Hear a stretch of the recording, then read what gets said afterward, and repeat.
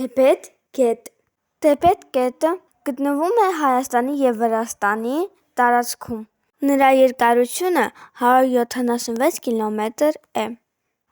որից 152-ը Հայաստանում է։ Թեպետի անկյուններն են Փամբակ և Ձորագետ գետերը։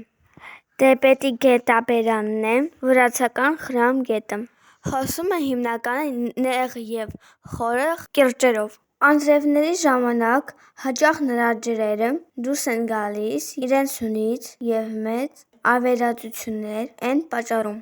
Այդ պատճառով Թեպետի շուրջը ամենավտանգավոր տեղերում պատնեշ են կառուցել։ Թեպետը Հայաստանի տարածքի ամենաջրարատ լեռնային գետն է։ Թումանյան կայարանի մոտ կիրճի խորությունը 350 մետր է։ Թեպետից սկիզբ է առնում Էրմանի և Դաբաուի ջրանցքները։ Այն նկարագրված է նաև Հովհաննես Թումանյանի «Լոռենցիո պոեմում», որտեղ գլխավոր հերոսը